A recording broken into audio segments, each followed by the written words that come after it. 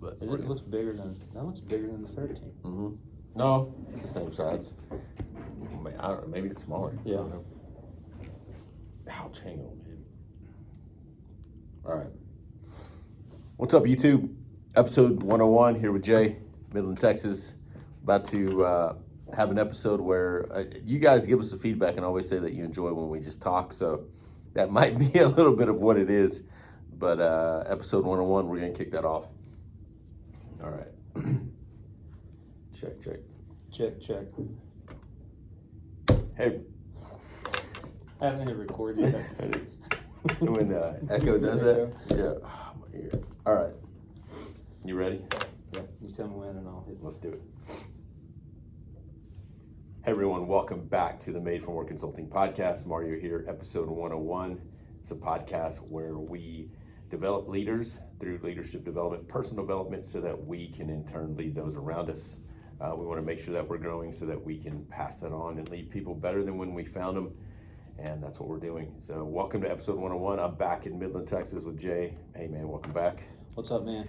Good to be back. Yeah, it's 101. We Happy New Year. It's going to be released Sunday. Jay and I are recording on a Friday. Not that you guys need to know that, but really we just want you guys to have something to walk into the new year with. And I believe last year you and I recorded, it was called Being Present in 2022.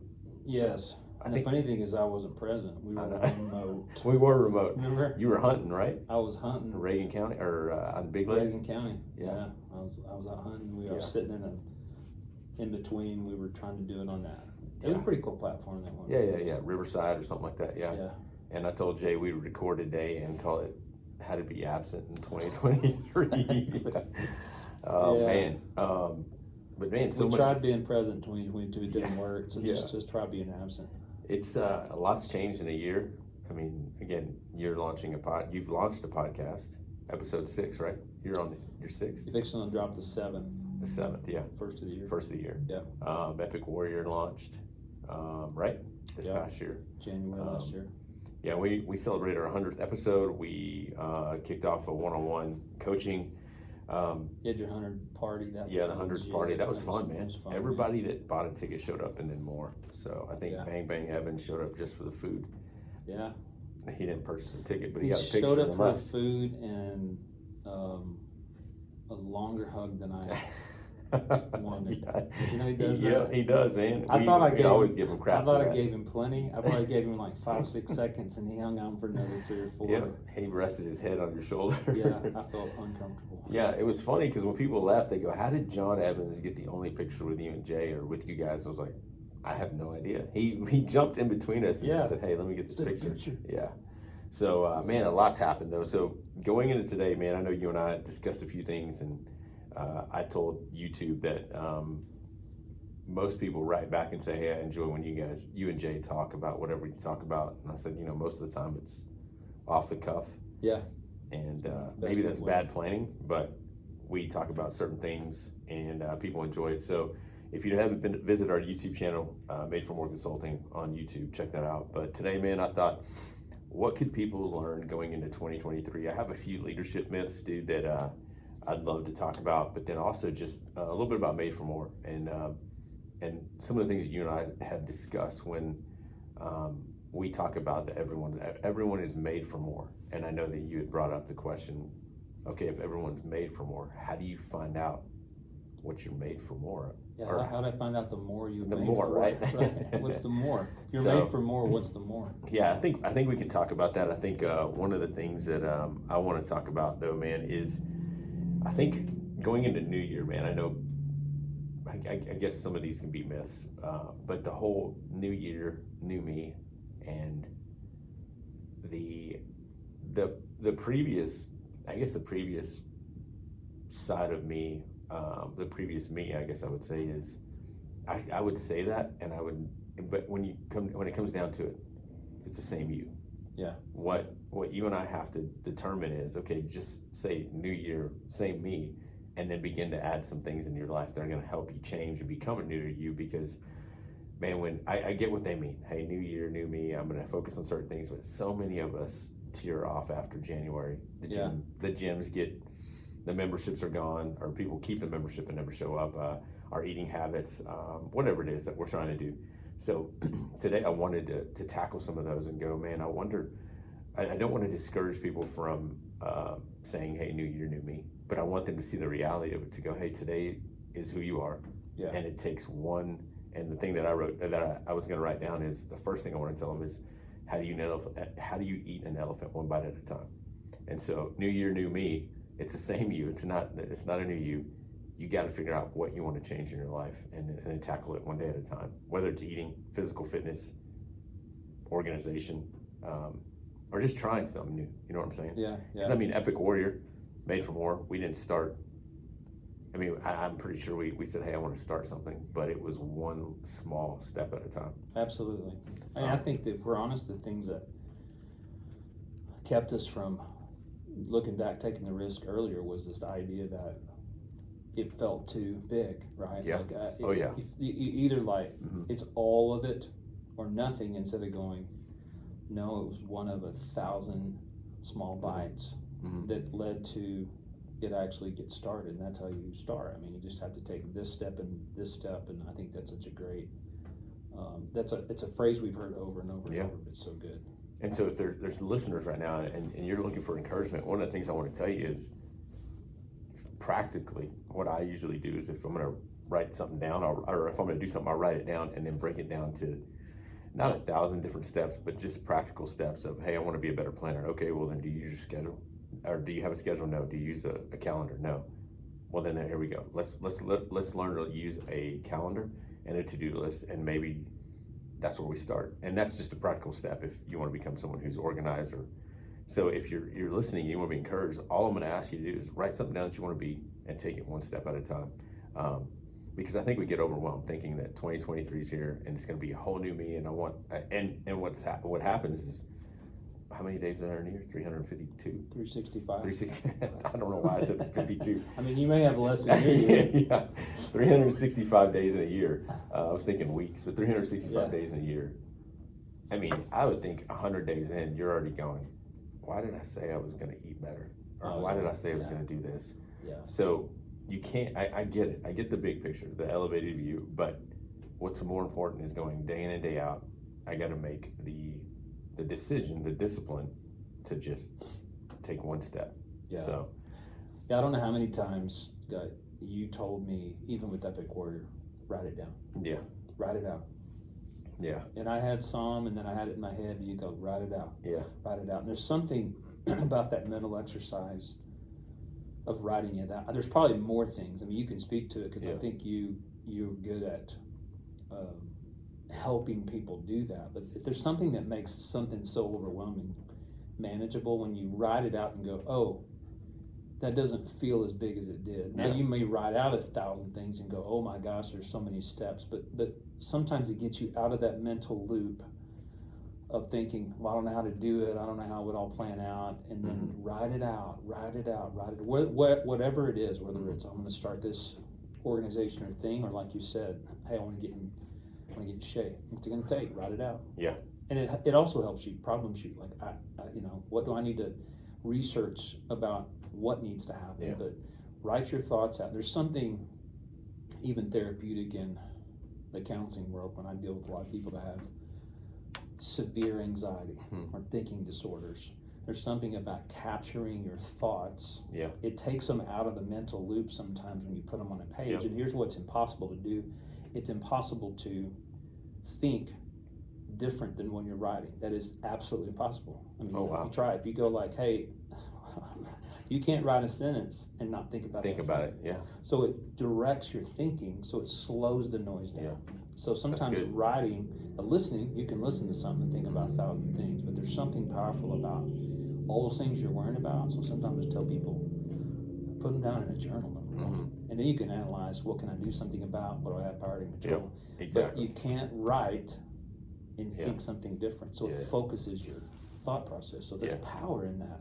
I think writing or planning or typing or however you do it. That's good, man. I think that one of the things that I'm a firm believer in is when you're writing things down, what's funny is I've come back to things I've written down that maybe at the time didn't make sense to me, and I go, oh, that's a good topic for this, or hey, I can pass it on to someone else, or hey, they had that thought, hey, I wrote this down too and I had the same thought. So meaning, if you're a writer or whatever and you write and then something comes to mind, you just write it down, you go back to it later. You may not need it right now, but it'll come back to you and you go, hey, I wrote something down, let me go back and check that out. But I'm with you, man. When you write something down, you remember it. I think you remember it more often. Absolutely. And so when I do 30, 60, 90, some people ask, well, why do you write them down multiple times in a calendar and then on a Word doc? I said, because I know that 90 days from last Sunday was going to be the first week of spring break. And they're like, well, how'd you know it? Because I've seen it multiple times and I'm looking at my calendar and I know when I need to start planning. And so I'm with you, man. Write it down. Remember, don't get discouraged. Again, I get where some of us want to go, looking at the big picture, right? But when it comes to a new year, think day to day. I think one of the things I heard recently is building the disciplines. Like, I don't think it's showing up every day. It's learning to build the discipline. Sometimes if it's 3 days a week, every 5 days a week, whatever, learning to build a discipline, I guess a habit is what you would say, but a discipline of, hey, I'm going to work out every single day. And I know I'm going to get sick, and I know there's a few days I'm going to miss, but the discipline of my body going, you need to get up and go, then build it. Hey, I need to plan. I need to eat at home. Whatever it is, these small little things, write them down, number one. And number two, just take it one step at a time. Yeah. So I think that's good. One of the things you just mentioned, Jay, that I also want to say, number two, going into the new year is, man, this is more prevalent this year than anything. And I think this is one of the biggest things that I learned, man, that I love and I hate, but I pass this on more often because I've learned it, is you can't control everything. Yeah. Right? And you can't control the emotions and feelings that other people are going to feel. Now, I think you can definitely affect those by what you say. Yeah. But what I'm saying is, if I'm at a stoplight and someone cuts me off, they can't control the way I respond. I'm in control of that. Yeah. I think one of the things that just a light bulb that went off this year is to go, I'm going to drive downtown Austin every single day, and I can't control the traffic. I can control how I respond to that traffic, which means I'm going to listen to something for an hour and a half, and I'm going to learn something. Yeah. I can't control if somebody has an accident, but so many of us get upset going, this is in my way. So really you're saying that you're the center of the universe, where if you detach from that and go, I can't control a lot. I can't control the weather. I can't control my spouse's emotions or the way they're going to wake up in the morning. I can't control that. Right. I can be sensitive to that. But when you start to realize going, man, I'm a better human being for the people, the team, the people that I lead, my family. When I learn that I can't control them, but I can be sensitive to that, it helps me remove some anxiety to go, I can't control that. But when you really think about that, when when you're stuck in traffic, I just use that one because I go downtown a lot, and it's backed up. I can get angry going, I can't believe they're in my way. Or I can just go, it's Tuesday. Yeah. It's 9 o'clock and traffic's backed up.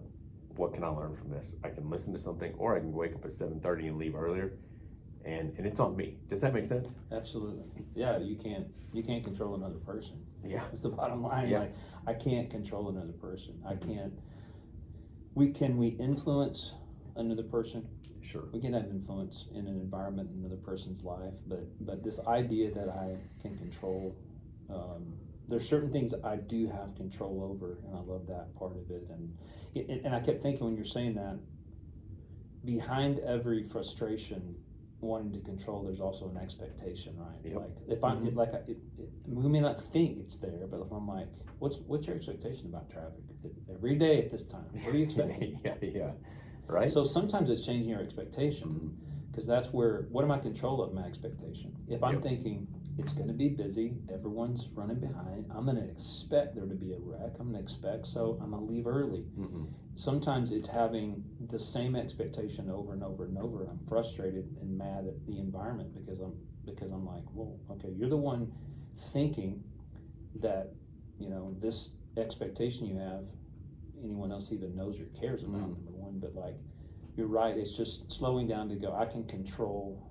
my response to a situation. I can control how I can influence an environment or situation. But in marriage counseling, I always the hardest part sometimes is to get couples there.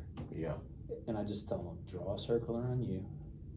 It's the only thing you control. And here's the cool thing: you can change your marriage. Yep. Because if you change you, Yeah, exactly. your marriage is different. Yeah. You're so worried about them, but guess what? You can't change them. No. If you feel helpless, I'm like, well, it's not owning that you're a part of this too. Mm-hmm. You can have influence in every situation by changing yourself, and now the situation is different. And so I love that. Yeah. You got to give up. I read the statistic.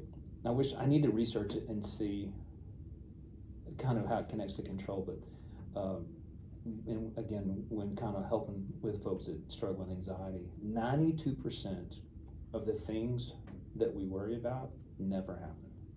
Isn't that crazy? 92%. 92%. That's like a proven research, like 92% of the things.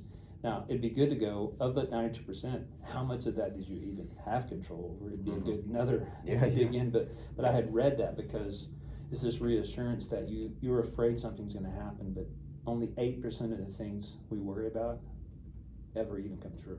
So we're I mean, and then you ask ourselves why we're so anxious and driven on anxiety and depression. I mean, I think some of the people that I've come into contact with can't they physically, I don't know if you'd say physically or mentally, remove some of those worries. Yeah.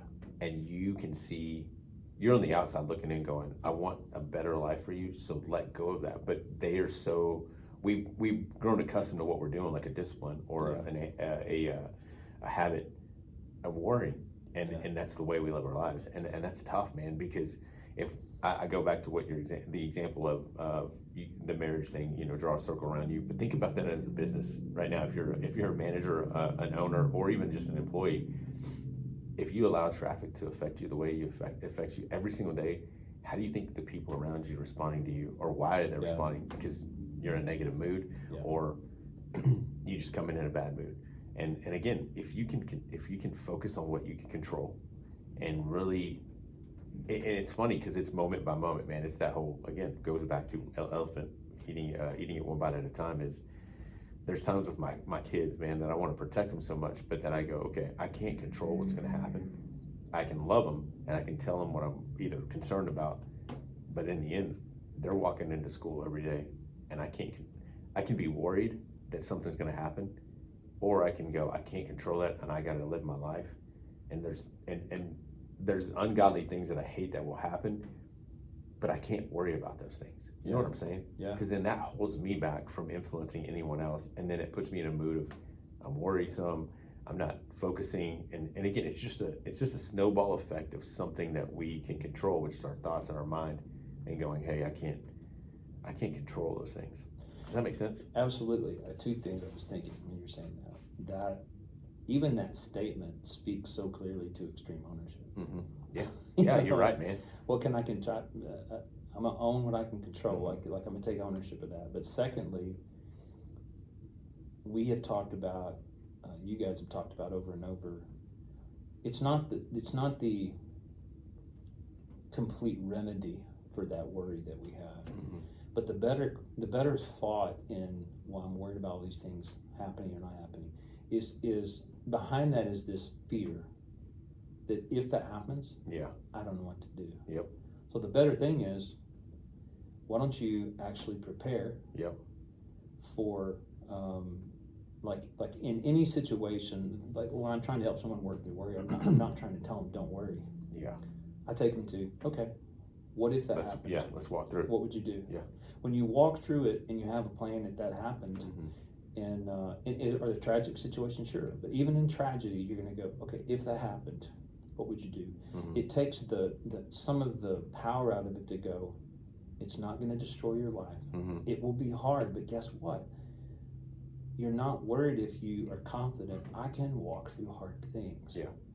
I've worked hard. I put myself in situations where I put my, that even goes to this whole mentality of intentionally putting yourself, like we talked about when we were talking about Mike Monsoor. Yeah. Like adversity plays a role in that. People who have been through hard things mm-hmm. don't tend to be anxious people. Now, exactly. That's not always true.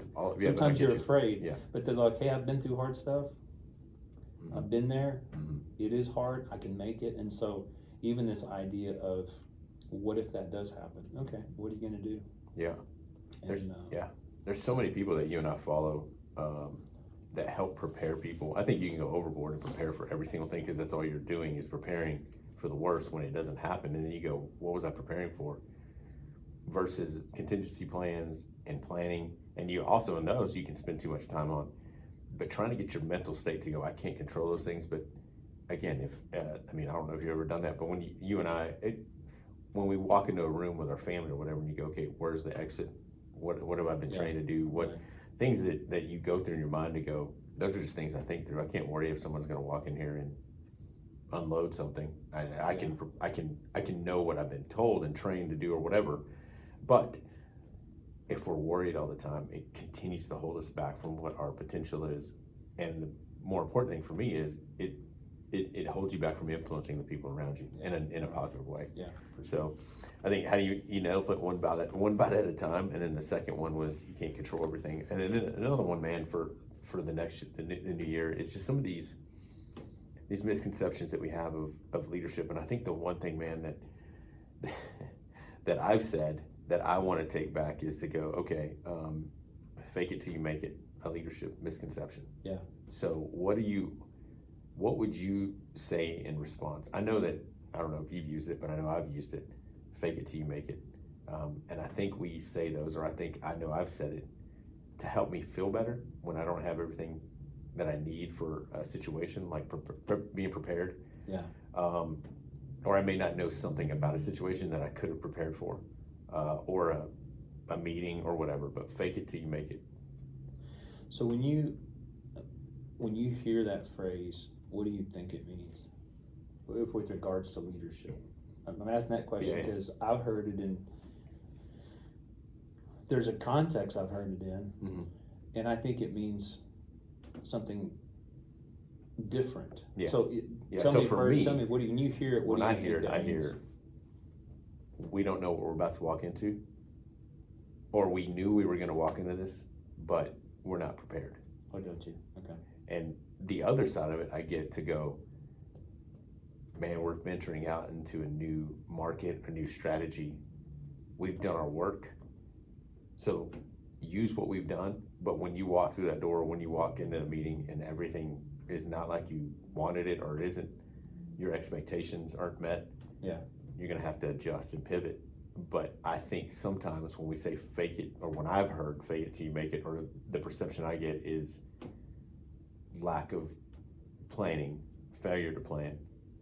And it goes with that freaking phrase, I'm just going to wing it. That's what it goes in my mind. Okay, and which I totally agree that is a horrible leadership strategy.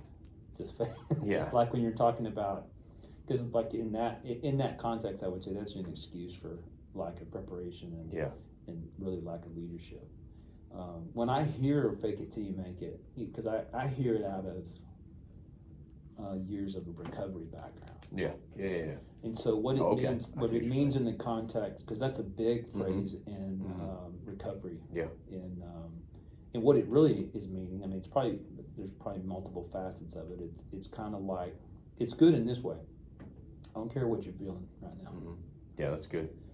You take a step forward to what you fake it till you make it. You get up today, you make the decision, you work the program. I don't feel it. I still want to, smoke pot or whatever you're gonna make it. You keep getting in other words, you don't let your feelings lead in this moment. They take a back seat to what needs to be done, which kind of speaks to, again, discipline and freedom. So there's that part of it when you hear fake. And some people that have been in a recovery background, they're gonna go, that's exactly what I did. Yep.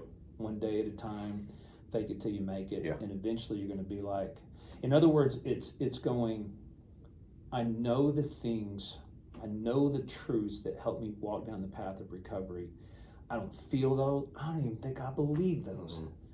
But I'm going to keep saying them out loud and working the program, and eventually you believe it. And so that's where fake it till you make it happen in the recovery realm. That's good, man, because I hadn't thought about that. So it's a different facet. Yeah, it is. Yeah. It is. I think through one of the things I think I heard Emmett Smith say when I was in 5th grade. The reason I say that is because I remember when he came on the scene, I was in 5th grade, and I remember being in high school, and he had kept telling athletes, act like you've been there before. Yeah. in the end zone, right? Yeah. Act like you've been there before. That's good. Dude, I'd never scored a touchdown. I'll never forget my sophomore year against Colorado City. Again, you remember these things. 67-yard touchdown. It was an option. It was wing right strong, power 8 option, and I faked the option, ran 67 yards. But in that moment, I thought you can showboat or you can just act like you've been there before, which is, dude, don't let your ego get the best of you. Just give the ball to the freaking ref and run back to the sidelines. Business as usual. Yeah, and what was funny, on that film, my dad goes, "You ran by every single person that was trying to give you a high five because you wanted to get to the sidelines." I was like, "Yeah, because I thought, act like you've been there before. I'm just going back to the sidelines." But what was interesting is again, it keeps your ego in check. But also, I had never thought about it that way. But the whole fake it till you make it, I think the thing that I want people to understand is that create yourself a map, a plan, if you can, for 2023. Like, and I'm not saying, I go back to, I want to run a marathon this year. I don't. I'm just saying if someone wants to run a marathon, I think you're going to hurt after 26.2 miles if you do it tomorrow. Like all 26.2 miles and you've never ran. Yeah. You know what I'm saying? Yeah. So you know where you want to go. The map, the plan. I know where I want to go. I want to start a podcast. Okay. Well, do you listen to any podcasts? No. We can probably start there. Yeah. Who are your favorite podcasts? Do you want commercials? How long do you want it to be? How often do you want to record? How are you going to prepare? Those are things that I never thought of that I go now, if I want to get better, then I know my map. I know where I want to go. And on a leadership sense, if we're running a team, a business, if we're a part of a program or an employee, create a plan so that you go, hey, this is where I want to take our team this next year. If it detours and we're on the same map, but we're at a different destination and it's in a positive way, then at least we make progress. Yeah. Take that step forward. But I never thought about it that way, man. That's good. Well, I love the way you applied it in leadership because it totally absolutely what you're saying. Yeah. There's no excuse for, you can't fake leadership. Like you said over and over and over, you smell. Yeah, you smell intentions from a mile away, good or bad, right? So you see some dude, you can tell people they're like faking leaders. They're faking relationships with their people. They're faking, and so you cannot fake, and you can't fake the hard work of leadership. Like one of the values we have in our company, like I don't know if I know right how to say values, but we say it this way at the end. The seventh one is we value nothing more valuable than a hard day's work. But just work hard, bro. Yeah. Don't try to get around from work. Work hard. We believe like you ought to work hard. Mm-hmm. Yes, relationships. Yes, collaboration. Yes, creativity. But at the end of the day, too, we're like we're people that believe in working hard. Yeah. And there's nothing that requires more hard work and discipline and leadership, and you can't fake that. And the idea that if you just act like a leader, you'll become a leader. Stupid Good luck. Yeah, man. Because again, you can look at the people around you and who's following you, and that's not leadership. I think leadership is built in again, walking with people, with their community, regardless if it's work or whatever. And just having an influence in their lives when some of their life either falls apart or you're celebrating life, or just doing life every day to go, hey man, let's catch up. But leadership is, to me, what I've learned that in the most recent few years is influence. Yeah. And no one loves, or no one's going to do what someone tells them to do. They're going to be influenced and going, hey, I want to follow you. So back to that one thing you said, act like you've been there. Are you saying that Zeke Elliott needs to stay out of the freaking Salvation Army Bowl? Is that what you're saying? Zeke. Yeah. If you're listening to this podcast, if Zeke ever listens to this, stay out of the freaking Salvation Army Bowl. Act like you've been there, even though you haven't been there very often, if we're being honest. The Cowboys. What do you mean? Don't you think people don't know what I'm talking about? Yeah. They're America's team, brother. There you go. Just like TU. No, come on, Did man. Did they win the other day? They lost yesterday, 20-27. Okay. Son of a gun. Yeah. Thanks, dude. And Texas Tech freaking won. That makes me mad. Well, I don't know what that says. Whatever. And actually, that's the first time they won like 8 games or something like that. Yeah. I think they're finally. I think it's because 500. They had Swing the Sword T-shirts on. In honor of Mike Leach. That's cool, dude. Yeah, Mike Leach, good leader is what I've heard as well. Interesting and weird guy, but good leader. That's just That's so crazy, man. Because from the outside, again, you look at Mike Leach. Going to what we're talking about, you look at the perception of people. He gives weird interviews. He says weird things. He coaches. He has a different style of coaching. Yeah. But people followed him. Mad scientist. And they said, yeah. And what that lady come on social media the week before he died? He had gave her money to keep her restaurant open. Yeah, I think that's right. And he did. He's just a good guy. Yeah. I think there's so many different coaches again that we see them from a social media stance where you're going to hear secondhand. You don't know them, and you don't see the work that they put in, the plan that they prepare for, the things that they can't control, and the way they do it one bite at a time. So, man, there was something I heard of. I'm trying to think through, man. It was Nick Saban in that book, The Obstacle is a Way. Which, by the way, I got to make a note real quick. We're not going to do The Obstacle is a Way on this podcast right now.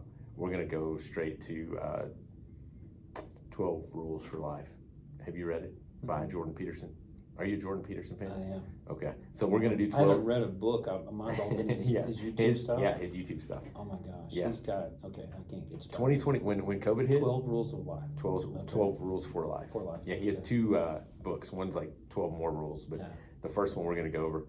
But when COVID hit, 2021, was it 2020? 2020, yeah. I enrolled in one of his online courses for like $35, and I had just heard him speak on the Jocko podcast. Yeah. And I was like, holy crap, this guy's awesome.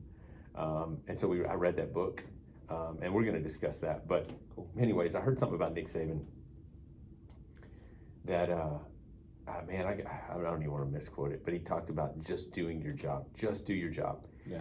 Don't worry about anything else, but every play, just do your job. If you can just control what you can control, we're going to be fine. And don't worry about anything outside. Just do what you can for this moment and this time, every single play. And he's one of the winningest coaches. That's really good. It doesn't matter. It doesn't matter if anyone else is not doing their job, which we want to fall into. Exactly. They're not doing, it doesn't matter. Doesn't matter. Do your job. Yep. And if they don't do their job, that's on them. Yeah, you can't control that. You right? can control, do your job. Mm-hmm. Yeah, you're right. That's good. So, I mean, the three things right off the bat for 2023, take things one day at a time. If you're planning something as a team, an organization, or individual, take it one step at a time. Write it out. Take it one step at a time. Remember that you can't control everything, but you can control the way you respond. And one of the other things I heard this week that we hear over and over again, if you're following Echelon Front or Jocko or Leif or JP Donnell or any of those guys, they say it's all on you, but it's not about you. Even as a leader, it's all on you, but it's not about you. Meaning, again, if someone fails, it's going to come back to you because you're the leader. Yeah. But it's not about you. You got to see the bigger vision of, and it's also a hit at the ego to go, don't make it about yourself. Yeah, it's on you to lead this team, but it's not about you. It's about your team. That's so, but then have a plan. Go ahead. You had a fourth one, right? Did I? Yeah, remember you talked about where you can't lead. You can't lead from certain places. What was that one you were saying? You said that Adina brought up a good point. Like it's a misconception that you have to be. Oh, yeah. I got in a position of leadership to lead. Yeah. So the myth. One of the other myths was for this next year was the only way I'm going to be. I'm only a leader if I have the position. Yes. And that's so false, man. Such a misconception. So big of a misconception because I believe everybody has the ability to be a leader. And that goes back to the one that leaders are born, not made. And I'm going, well, yes. It's both. You're born with some kind of, I think some of us are born with different talents and abilities that you can use to influence others, right? Yeah, because leadership is defined as influence, as it should. Yeah. Everyone has negative as well, right? Because you think influence. through Hitler, you think through all those guys that negative impact, but they were still leaders. People followed them. And for us, I think we have some natural things abilities that we're born with that we can influence others with. But leaders, to me, I know that what I've learned in the last few years has just been studying and acting on that to go, I can't pass this on unless I practice it. Yeah. And it's worked for me. But then also to say that you have to be in a position of authority or a certain position to be a leader is false, because you're being watched as the busser and the waitress just as much as you are as a general manager. You're being watched just as much as I'm just trying to think through all the different positions that people, as a worker rather than the foreman or the general contractor, because you're putting in work and you're being watched. So what I'm saying is every single person has the ability to be a leader. But if you're thinking that you're always having to push this off and say, I can't wait till I get there, it's not. That's the backwards way of thinking, because where you're at right now is what is being built into you to become who you are when you get to that point in time. Does that make sense? Yeah. I think the misconception probably comes from the idea that people think leadership is making decisions. Yeah. Or, you know what I'm saying? Sheesh, yeah. Again, if you go back to, if are you going to say I can't influence people unless I'm in a leadership? Oh, well, if you put it that way, I'm like, well, this idea that I can't influence 360. Yeah. Vertically, up and down, that I can influence the person who is the positional leader over me. I can lead that person. Yeah. Because if leadership is influence, of course I can. Yep. But I think people want to say, well, leadership is I don't make the decisions. Okay, number one, that's different. Yeah. But you can influence and lead people all around you, those that make the decisions. And again, is that always, and the point is not to try to control what they're doing, but it's like you have absolutely the ability to influence from wherever you're at in an organization, and many times to lead and influence up, which I think the first time I ever heard that concept was from John Maxwell. Like I think that's where I first heard or him or Bill Hybels, I don't remember, but it was called leading up. Leading up. This idea that you have the potential to lead and influence the person over you. It's like a completely breaking concept. I was like, what? Yeah. And number one, it all comes down to relationship. Yeah, right. It does, right? One, you don't even know why they're doing what they're doing, but they need relationship, and so it's about relationship. Get to know them, and next thing you know, you have the ability to support, encourage, lead. Yeah, and you may uncover a different perspective that you didn't see from your level that they're having to carry. And so, I mean, I think seeing that it's established that yes, you are a leader, and you have confidence in that to lead where you're at, rather than saying I'm going to wait till I get to this point or to the next point or to this level of position, because the most valuable time is right now, not in the future, because when the future comes, you're going to need everything and all the experience that you have wherever you're at. Does that make sense? Yep. Leadership is influence, not control. There if you think I'm not in control, so therefore, come on. Who told you that? No, I totally agree, man. I think that's good. So I mean, I think some of the action steps that we have is write things down, focus on what you can control, plan, and create a map for your decisions or where you want to go. The fourth one that I didn't have, you're right, was lead where you're at. Lead and have confidence where you're at. Did you want to discuss the other thing, or is that going to take too long?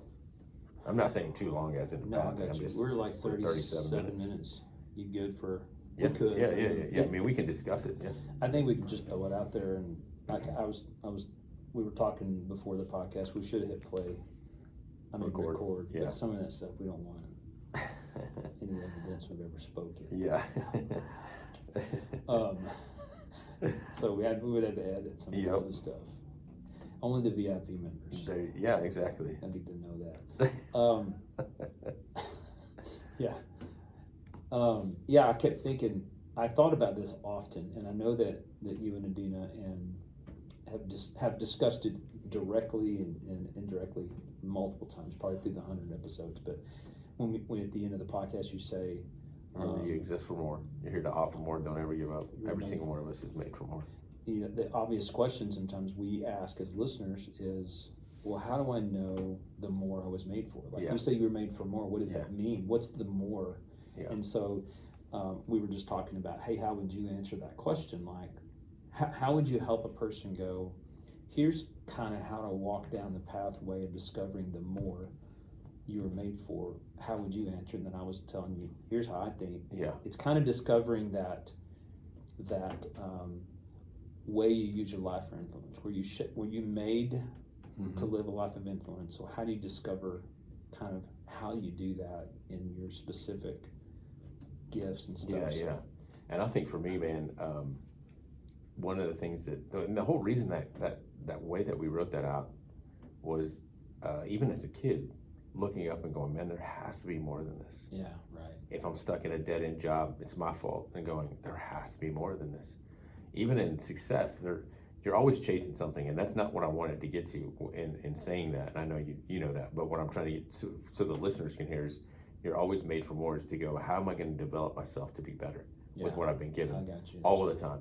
And so with what I'd like for you to share what you said, but for me, it's going, it goes back to what I value. What are my values? What are the things that I can control that have happened to me and not control that, not that I had control back in the past, but experiences that happened to me, things that I value, things that the people that have shaped and molded me that can lead me into this next, the next year, let's say, for example, in life, and go, how do I reach that more? So for me personally, it's developing people. Yeah. If I know that I'm made for more in the area that I want to lead people better than I found them, then one, I got to know them relationally. Two, I want to find out how they're motivated, how I can inspire and encourage them, and how I can build into their lives. But then I took John Parks, for example. I think every single one of us is made for more, right? For more. Right. But it's different emotionally, right. physically, mentally.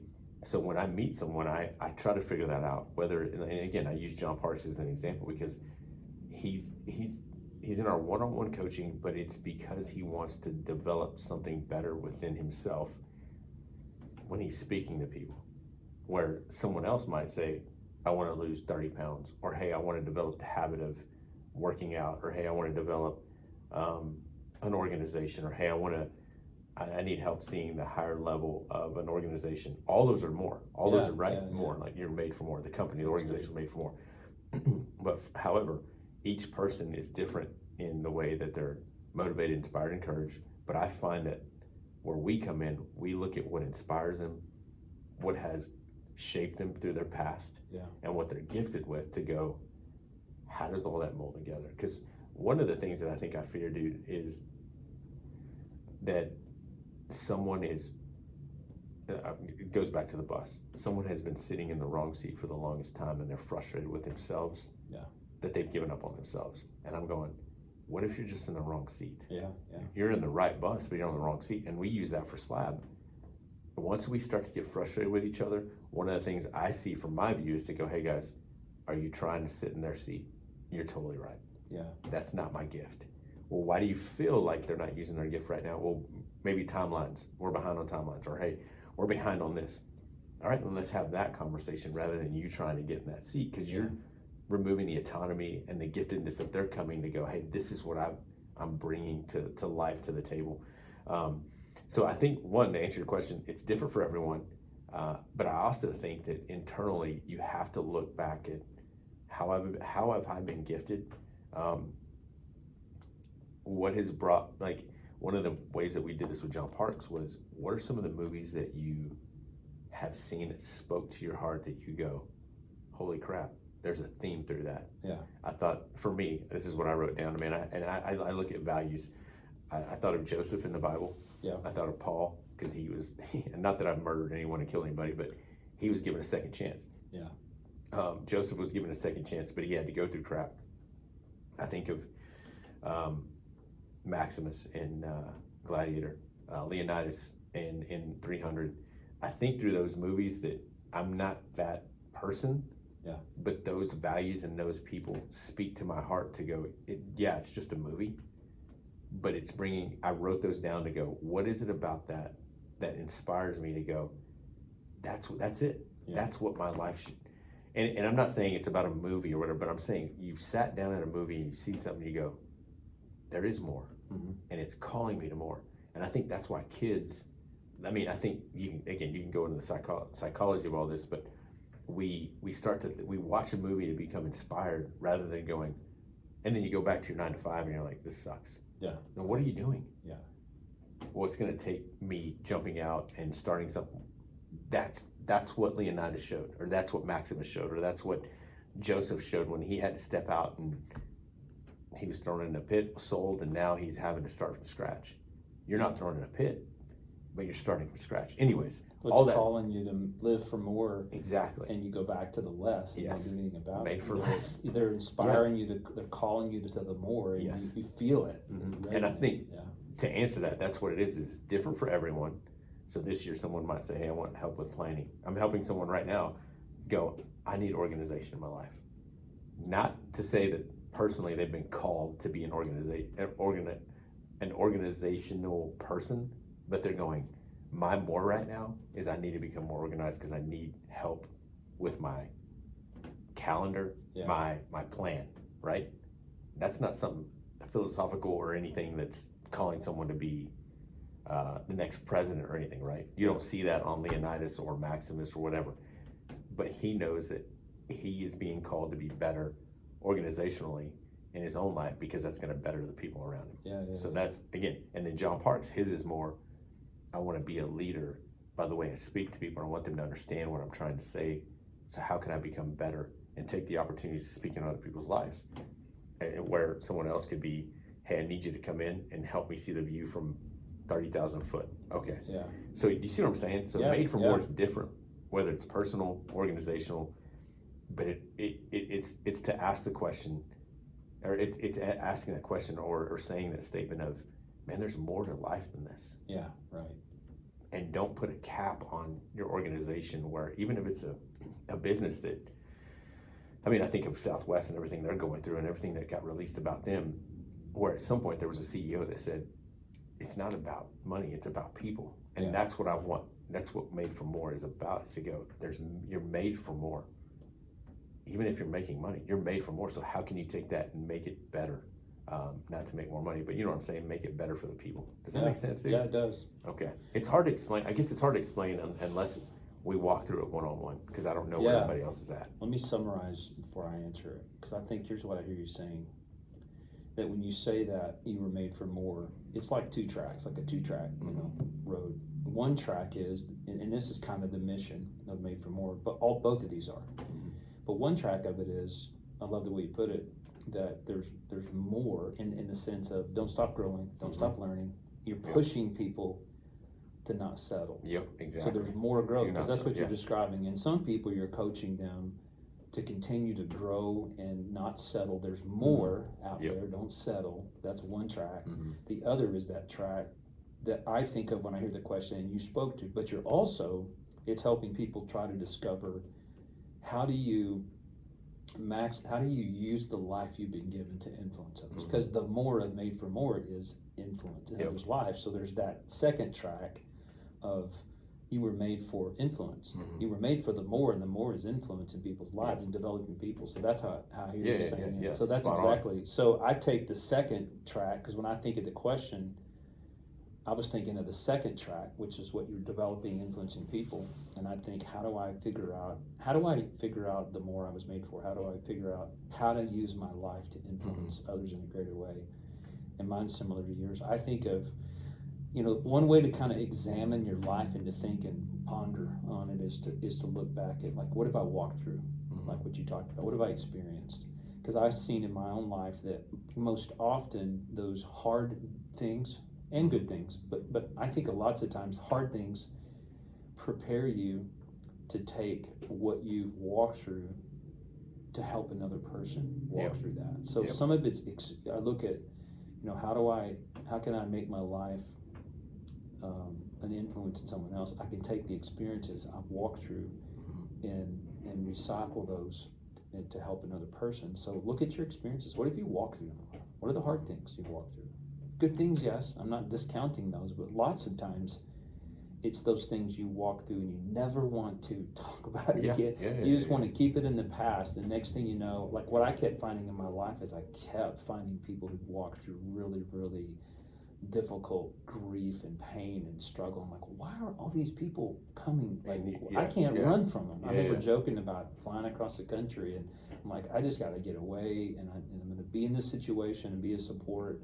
I don't want to talk to anyone about pain and brokenness. And I sat down, and the stranger shows up, and she starts talking. She's there to see the people I'm there to see. And I'm That's like, so crazy. And she's like, when she starts talking about losing her husband a few months ago and not understanding how to walk through grief, and she's like, so what do you do? And I'm like, well, hospice chaplain and I Yeah. did grief counseling.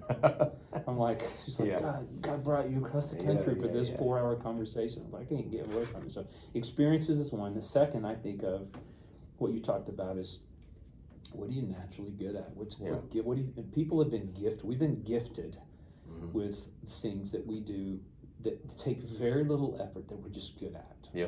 So think about, what are the things in your life that you're naturally gifted at, and consider those in the mix. And the third one is, I think I call it acquired skills. Like, there's some things I've learned over the years. Some of it's education wise, some of it's just stuff that I've learned in the experiences. But like I've learned to do some stuff and gotten pretty good at some of that stuff.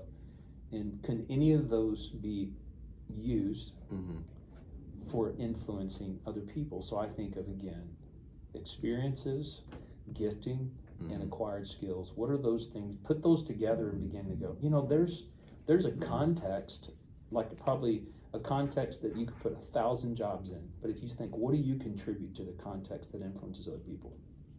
Well, I think I can be an encourager, because I've been through a lot of discouragement. I think I'd be an encourager and a supporter. I think I'm naturally gifted at building teams. I can just pull people together. And then secondly, I've really learned how to problem solve and create organizational efficiency. I've learned how to do that. Yeah. Put all those together. That could be 10 different ways to influence people within the context of a company. But I think that's a way to kind of go, if that's you, what are you doing right now? I'm doing a freaking job I hate. Well, part of the reason you hate it is you were made for more than the context you're settling for. Yeah, you're you right. may do that because you're afraid and you need to make a living. But I'm just saying, part of the more is that second track of the road going.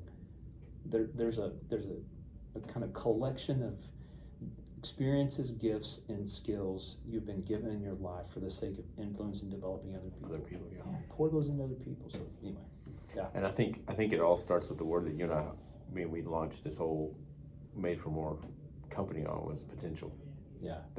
Every one of us has more potential, regardless if you're at the bottom or at the top. There's potential for more, whether you look at it as in it's all about you, or hey, I want to influence others. I mean, you get to decide that. But I think potential plays a huge role in that, man, and I appreciate that. That's good.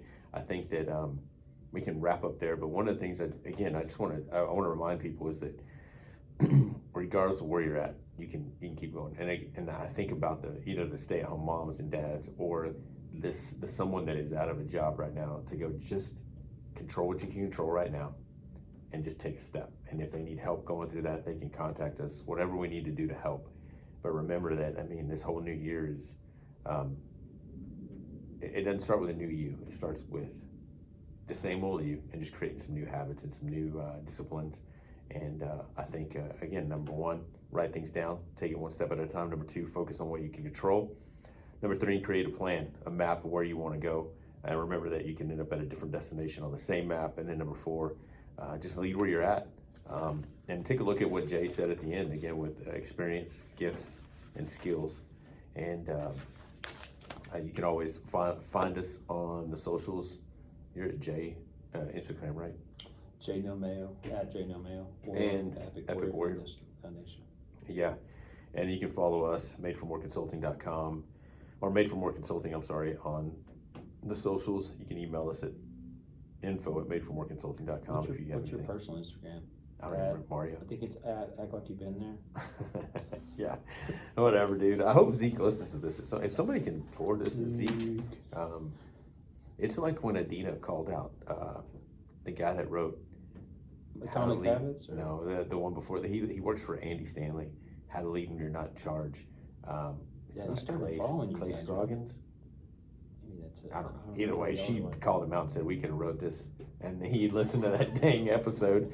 I was like, hey, way to go. But if Zeke listens to this, send us some free swag. Maybe we can go talk to the Cowboys about some leadership stuff. I bet so. We can. It's called out of the kettle. Do a thought comment like you've been there. That's what we do. Look back. I thought you've been there. Oh my gosh. All right. Well, we're gonna wrap up. We appreciate you guys listening. I hope you guys have a great New Year. Happy New Year. Safe. Go again, listen to Jay's podcast at Epic Warrior Podcast. Follow Epic Warrior Foundation. That's a big part of what we support. We thank you guys for listening. And remember, we exist for more. We're here to offer more. Don't ever give up. Every single one of us is made for more. We'll talk to you guys later. Later. See you guys. YouTube.